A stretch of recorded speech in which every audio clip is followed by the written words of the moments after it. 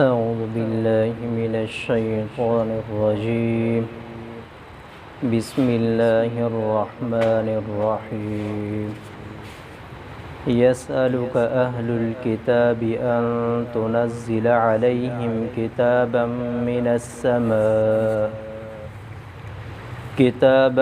السماء فقد سألوا موسى أكبر من ذلك فقالوا أرنا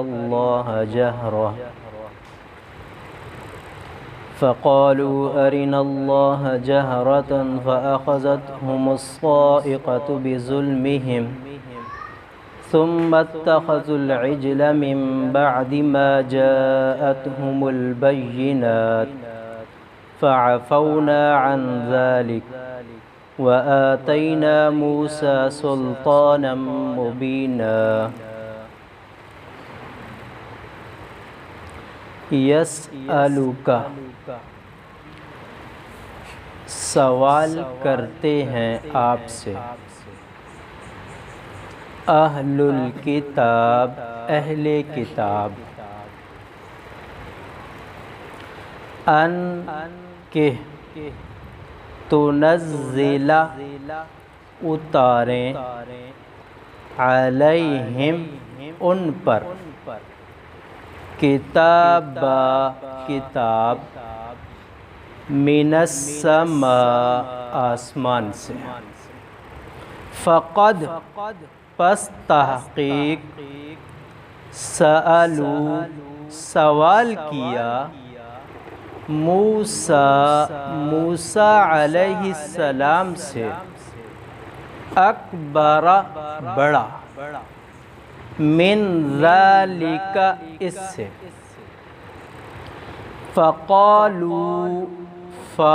پس قالوا کہنے لگے، ارنا دیکھیں ہم، اللہ کو، جہرہ سامنے، فأخذتهم پس پکڑا ان کو، صاعقۃ چیخ نے، بظلمہم ان کے ظلم کے بدولت، ثم پھر، اتخذوا بنا لیا، عجل بچڑا، من بعد اس کے، ما جب، جاءت آئیں، ہم ان کے پاس، بینات دلیلیں، جب آئیں ان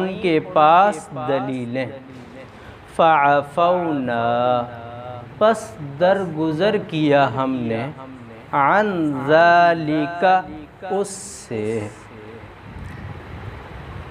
وآتینا اور عطا کیا ہم نے، موسیٰ علیہ السلام کو، سلطان دلائل، مبین واضح.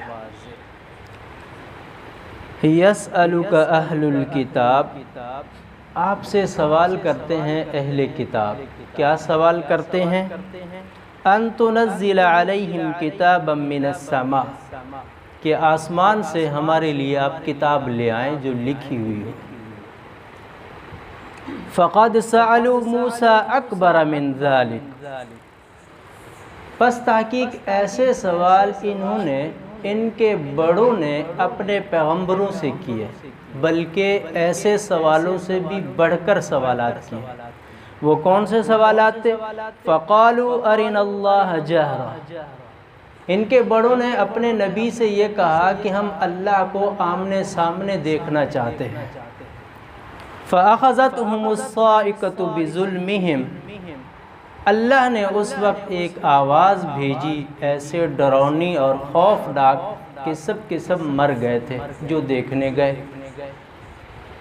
ثم اتخذوا العجل من بعد ما جاءتهم البینات پھر اللہ نے ان کو زندگی دی، اس کے باوجود انہوں نے بچڑے کو معبود بنا لیا. ما جاءتہم البینات، جبکہ وقت کے نبی کے پاس بڑے بڑے معجزات بھی دیکھ چکے تھے، اس کے باوجود بھی اس کی نافرمانی پر ڈٹے ہوئے تھے۔ فعفونا عن ذلک، اس کے باوجود بھی ہم نے انہیں معاف کر دیا۔ ان ساری چیزوں کے باوجود بھی ہم نے پھر بھی معاف کر دیا، عفونا درگزر کر لیا۔ وَآتَيْنَا مُوسَى سُلْطَانًا مُبِينًا، ہم نے موسیٰ علیہ السلام کو بڑے بڑے معجزات دکھائے دیے کہ اپنی قوم کو دکھائیں، اس کے باوجود بھی قوم کا یہ حال ہے۔ سورۃ نساء آیت نمبر 153، اس آیت کا شان نزول یہ ہے کہ نبی کریم صلی اللہ علیہ وسلم کے پاس اہل کتاب آئے، مختلف سوالات کرنے لگے۔ تفسیری روایات مختلف ملتی ہیں، بعض روایات میں یہ ملتا ہے کہ انہوں نے کہا کہ جیسے ہمارے پیغمبروں پر کتاب لکھی ہوئی اترتی تھی، صحائف لکھے ہوئے تختیوں کی صورت میں اترتے تھے، ہم بھی دیکھیں کہ آسمان سے کتاب لکھی ہوئی آئے اور آپ کے ہاتھ میں آ جائے، پھر ہم آپ کو نبی مان لیں گے۔ اور کبھی یہ سوال کرتے تھے کہ اگر آپ نبی ہیں، چلو ایسا کریں فلاں فلاں جو ساتھی ہیں ہمارے، ان کے نام اللہ تعالیٰ کا ایک مکتوب لکھوا کر لے آئیں، جس کے اندر یہ ہو کہ فلاں یہ جو پیغمبر ہیں یہ میرا پیغمبر ہے، آپ اس پر ایمان لے آئیں۔ اس طریقے سے یہ سوالات کیا کرتے تھے، تو اللہ تبارک و تعالیٰ نے نبی کریم صلی اللہ علیہ وسلم کو تسلی دی، پیارے پیغمبر آپ ان کے سوالات سے گھبرائیں نہیں، پریشان نہیں ہوں، ان کی فطرت ہے، ان کی عادت ہے، یہ انہی کی نسل میں سے ہیں کہ جن کے بڑوں نے اپنے نبی سے اس سے بھی بڑے بڑے سوالات کیے۔ یہ تو یہ کہہ رہے ہیں کہ کتاب لکھی ہوئی لے آئیں، جبکہ ان کے پیغمبر کو جب کتاب لکھی ہوئی ملی تھی تو ان کے بڑوں نے کہا اچھا کوہ طور پر گئے تھے 40 دن کے لیے، وہاں یہ کتاب لکھ کر لے آئے، وہاں لکھی ہوئی ملی تو اعتراض یہ تھا کہ آپ کوہ طور پر خود لکھ کر لے آئے ہیں، اب لکھی ہوئی نہیں ملی تو اب یہ کہہ رہے ہیں کہ اچھا لکھی ہوئی لے آئیں۔ اور دوسرا یہ ہے کہ یہ تو کوئی بڑی بات نہیں ہے، انہوں نے تو یہ بھی کہا تھا کہ موسیٰ علیہ السلام کو کہ ہم اللہ تعالیٰ کو دیکھنا چاہتے ہیں۔ موسیٰ علیہ السلام نے اپنے قوم کے 70 آدمی لیے، کوہ طور پر لے گئے، اللہ تعالیٰ نے کلام کیا، اللہ تعالیٰ نے فرمایا کہ موسیٰ علیہ السلام میرے پیغمبر ہیں، یہ تورات میری کتاب ہے، آپ اس کو مان لیں۔ آواز کی صورت تھی، پھر انہوں نے کہا کہ نہیں یہ تو آواز کسی کی بھی ہو سکتی ہے، جنات کی بھی ہو سکتی ہے، یہ کسی اور کی بھی ہو سکتی ہے، نہیں ہم اللہ کو آمنے سامنے دیکھنا چاہتے ہیں، دیدہ دلیری دیکھیں۔ تو اللہ تبارک و تعالیٰ نے ایک آواز بھیجی، ایسی آواز کہ جو بڑی خوفناک تھی کہ ان کے دل پھٹ گئے، سارے کے سارے مر گئے۔ موسیٰ علیہ السلام نے فرمایا اے باری تعالیٰ میں قوم کو کیا جا کے کہوں گا کہ یہ جو 70 لے کے آیا تھا دکھانے کے لیے، بات کرانے کے لیے، میری قوم تو مجھے نہیں چھوڑے گی، آپ ایسا کریں ان کو زندہ فرما دیں۔ ان 70 کو اللہ تبارک و تعالیٰ نے زندہ فرما دیا۔ اب پھر کیا کیا؟ پھر یہ ہے کہ اب دیکھیں کلام ہو گیا، موت بھی واقع ہو گئی، زندگی بھی مل گئی، پھر کہنے لگے اللہ نے لازمی تو نہیں قرار دیا کہ تورات پر ایمان لے آئیں اور عمل کریں، بس اللہ نے یہ کہا کہ میری کتاب ہے، جو آسان لگے تو عمل کر لینا، جو مشکل ہو تو بھلے چھوڑ دینا۔ تعریف پھر بدل گئی، پھر اس کے باوجود اتنے بڑے معجزات دیکھنے کے باوجود بھی بچڑے کو معبود بنا لیا۔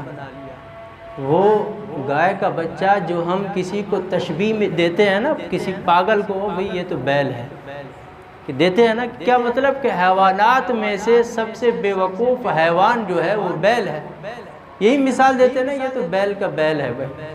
اس بیل کو انہوں نے معبود بنا لیا، عقلیں تو ان کی اتنی معوف ہو گئی ہیں، ختم ہو گئی ہیں۔ تو پھر کیا ہوا؟ فَعَفَوْنَا عَنْ ذَلِكَ، اس کے باوجود بھی ہم نے ان سے درگزر کیا، اس کے باوجود بھی ہم نے ان کا رزق نہیں روکا، اس کے باوجود بھی ہم نے ان کو ذلیل و رسوا جلد نہیں کیا، اس کے باوجود بھی ہم نے ان کو اور زیادہ پریشان نہیں کیا، پھر بھی موقع دیا کہ توبہ کر لو، توبہ کر لو، توبہ کر لو۔ پھر آگے فرمایا وَآتَيْنَا مُوسَى سُلْطَانًا مُبِينًا، موسیٰ علیہ السلام کو ہم نے بڑے بڑے دلائل دیے تھے عصا کی صورت میں، کہ دیکھیں ایک ڈنڈا ہے، لکڑی، اس کو پھینکتے ہیں تو اس کی جنس تبدیل ہو جاتی ہے، وہ اژدہا بن جاتا ہے۔ جنس تبدیل کر دینا کوئی آسان کام نہیں ہے، یہ کوئی جادوگر تو یہ کر ہی نہیں سکتا جنس تبدیل۔ اور دوسرا یہ ہے کہ ہاتھ کو دیکھیں، ہاتھ چمکتا ہے، ایسے ایسے معجزات دیے، اے نبی جی یہ قوم پھر بھی نہ مانی، ہم نے ان کو سلطان مبینہ عطا فرمایا۔ اس کا مفسرین یہ فرماتے ہیں کہ اے نبی جی انہوں نے نبی کی بات نہیں مانی، نبی کی بات کو جھٹلایا، دیکھو پھر اس وقت کے دشمنوں کا حال کیا ہوا، فرعون کا حال کیا ہوا، قارون کا حال کیا ہوا، حامان کا حال کیا ہوا۔ تسلی ہے سلطان مبینہ، اے نبی جی ہم نے آپ کو بھی یہ چیزیں دی ہیں، قیامت تک آپ کا یہ دین رہے گا، پیغام رہے گا، آپ کے دشمنوں کا حال بھی وہی ہوگا۔ چنانچہ وہ دیکھ لیں جنہوں نے وہ گستاخی کی تھی، کارٹون بنائے تھے، کس طریقے سے اس کو موت آئی ہے۔ کسی اسلامی ملک کو تو غیرت آئی نہیں ہے نا، وہ آج ان کے اوپر بھی گولیاں چلا رہے ہیں، لیکن اللہ تعالیٰ نے اپنا بدلہ لے لیا، اپنے محبوب کا بدلہ اللہ خود لیتا ہے۔ وہ تو سعادت ہے کہ کسی کو قبول کر لے، وہ سعادت ہے کسی کے لیے۔ یہ تو اب ہم نے یہ نعرہ بنا لیا کہ غلامی رسول میں موت بھی قبول ہے، یہ غلط ہے۔ غلامی رسول میں جان لینا کسی کی بھی قبول ہے ہمیں۔ یہی تو حکمت نے ہمیں ڈبا کے رکھ دیا ہے کہ اسلام صرف امن کا درس دیتا ہے۔ 1400 سال سے لے کر اب تک یہی سنتے آ رہے ہیں، دیکھیں پھر مسلمانوں کا حال کیا ہے۔ زیادہ سے زیادہ ہماری آواز اقوام متحدہ تک پہنچتی ہے، آج تک کوئی مسلمانوں کا فیصلہ ان سے ہوا ہے؟ کسی اسلامی ملک کا انہوں نے فیصلہ کیا ہو؟ کسی انسانی مسلمانوں کے حقوق کا انہوں نے آواز اٹھائی ہو؟ ان کو تو صرف اپنے مطلب کے حقوق یاد رہتے ہیں۔ یاد رہے ہمیں اسلام یہی درس دیتا ہے، اپنا حق لو، خصوصاً جب اسلام کے نام پر بات آئے۔ ذاتی مفاد ہو، ذاتی مسئلہ ہو، معاف کر دو، لیکن جب نبی کی حرمت کا مسئلہ آ جائے، دین اسلام کا مسئلہ آ جائے، اسلام کے احکامات کا مسئلہ آ جائے، وہاں سمجھوتا کرنا عقل مندی نہیں ہے، بے غیرتی ہے۔ تو قرآن کریم کی اس آیت سے ہمیں چند مسائل معلوم ہوئے ہیں۔ سب سے پہلا مسئلہ یہ معلوم ہوا، اہل الکتاب، اہل کتاب آپ سے سوال کرتے ہیں۔ اہل کتاب اس وقت اپنے آپ کو پڑھا لکھا شمار کرتے تھے، جیسے کہ آج کے بھی کچھ ڈگری یافتہ لوگ ایسے ہی اپنے آپ کو پڑھا لکھا شمار کرتے ہیں، جن کا مقصد ہی کہ جس محفل میں بیٹھیں گے اسلام پر اعتراضات کرنا ان کا مقصد ہے۔ پھر اعتراضات کے جوابات ملیں گے، کہیں گے کہ نہیں تشفی نہیں ہوئی، تشفی نہیں ہوئی، دل مطمئن نہیں ہوا۔ کیا کہ کسی اور، یہ مستشرقین کا یہی ہتھیار ہے۔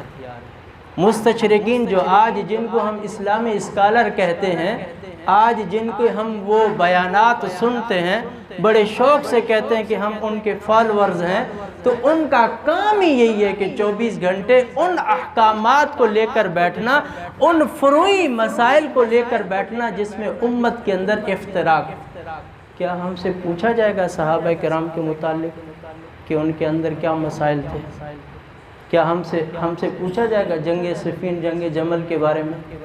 ہم سے تو پوچھا جائے گا نماز پڑھی تھی یا نہیں پڑھی تھی، زکوٰۃ دی تھی یا نہیں دی تھی، وہ جھوٹ بولتے تھے یا سچ بولتے تھے؟ تجارت کیسی تھی؟ جو مسائل ہم سے پوچھے جائیں گے، جو اعمال، جو احکامات ہم سے پوچھے جائیں گے، ان کی فکر نہیں ہے۔ 24 گھنٹے بیٹھے ہیں اپنے وہ چینل کے اوپر، اور جن کا کام یہی ہے کہ ان مسائل، فروعی مسائل میں اعتراضات کرنا، پھر کچھ ان کے چاہنے والے، کچھ ان کے چاہنے والے۔ ہمارے ہاں اختلاف تو کب سے ہے؟ نبی کریم صلی اللہ علیہ وسلم کے پردہ فرما جانے کے بعد صحابہ کرام کے اختلافات بھی ہیں، لیکن اختلاف برائے اختلاف تھا۔ چنانچہ شیخین کے اختلافات ملتے ہیں، خلفاء کے اختلافات ملتے ہیں، مسائل شریعہ کے اندر، فروعیہ کے اندر، صحابہ کرام کے، تابعین کے، تبع تابعین کے، ائمہ کے بھی اختلاف ملتے ہیں، لیکن آپس کا ادب و احترام تھا۔ آج تو یہ ہے کہ چند باتیں ہم نے پڑھ لیں، چند کتابیں ہم نے سیکھ لیں، ادب و احترام ہی ختم ہو گیا۔ بس کوشش ہے کہ کسی طریقے سے ہم بڑھ جائیں، کسی طریقے سے ہماری واہ واہ ہو جائے، کسی طریقے سے ہمارے چاہنے والے ہم سے خوش ہو جائیں۔ یہ کیا ہے؟ اہل کتاب کا کام ہے، کہ ان کا بھی یہی تھا کہ پیارے پیغمبر نے ہمارے سوالات کے جواب دینے نہیں ہیں، ہماری واہ واہ ہو جائے گی، پیارے پیغمبر پیچھے رہ جائیں گے، جیسے کہ آج کے تجدد پسندوں کے یہی نظریہ ہے۔ اور دوسرا مسئلہ اس آیت سے ہمیں یہ معلوم ہوا کہ فضول اور لا یعنی سوال کرنا بھی فضول ہے، اور اس کے جوابات دینا بھی فضول ہے۔ کہ فضول سوالات کہ اچھا یہ بتائیں کہ اصحاب کہف کے جو کتا ہے اس کا کلر کیسا تھا؟ حضرت موسیٰ علیہ السلام کی والدہ کا نام کیسا تھا؟ کیا تھا؟ حضرت ایوب علیہ السلام کے کتنے بیٹے تھے؟ کون کون سے تھے؟ اچھا وہ جو حضرت سلیمان علیہ السلام کو جس چونٹی نے بات کی تھی، وہ چونٹی تھی یا چونٹا تھا؟ یہ سوالات۔ اچھا یہ بتائیں کہ زلیخا کی شادی حضرت یوسف علیہ السلام سے ہوئی ہے یا نہیں ہوئی؟ یعنی کہ مفتیوں کو، علماء کو انہی میں غرق رکھو، اب یہ کتابیں ڈھونڈتے پھریں گے، بس ہم پھر شام میں ملیں گے کیا ہوا مولانا ہمارے مسئلے کا؟ جیسے کہ اس کے میراث کا مسئلہ، وہ ہم نے پچھلے ہفتے مسئلہ پوچھا تھا، وہ کیا ہوا؟ وہ حضرت یوسف علیہ السلام کے بھائیوں کا نام کیا کیا تھا؟ اچھا پھر کیا ہوگا؟ دیکھیں روایات مختلف ملتی ہیں۔ نہیں ایسا نہیں تھا، میں نے تو کسی کا بیان سنا تھا، وہ تو کچھ اور بتا رہے تھے۔ جب تمہیں پتہ ہی ہے تو پوچھا کیوں تھا؟ صرف الجھانا مقصود ہے اور کچھ بھی نہیں ہے۔ فضول سوالات کا بالکل جواب نہ دیا جائے۔ یہی قرآن کی تعلیم ہے، اور یہی اسلام کا کیا ہے شعار ہے، اور یہی اسی چیز کو اپنانا چاہیے۔ دعا ہے کہ اللہ تبارک و تعالی قرآن سمجھنے کی توفیق عطا فرمائے۔ وآخر دعوانا الحمدللہ۔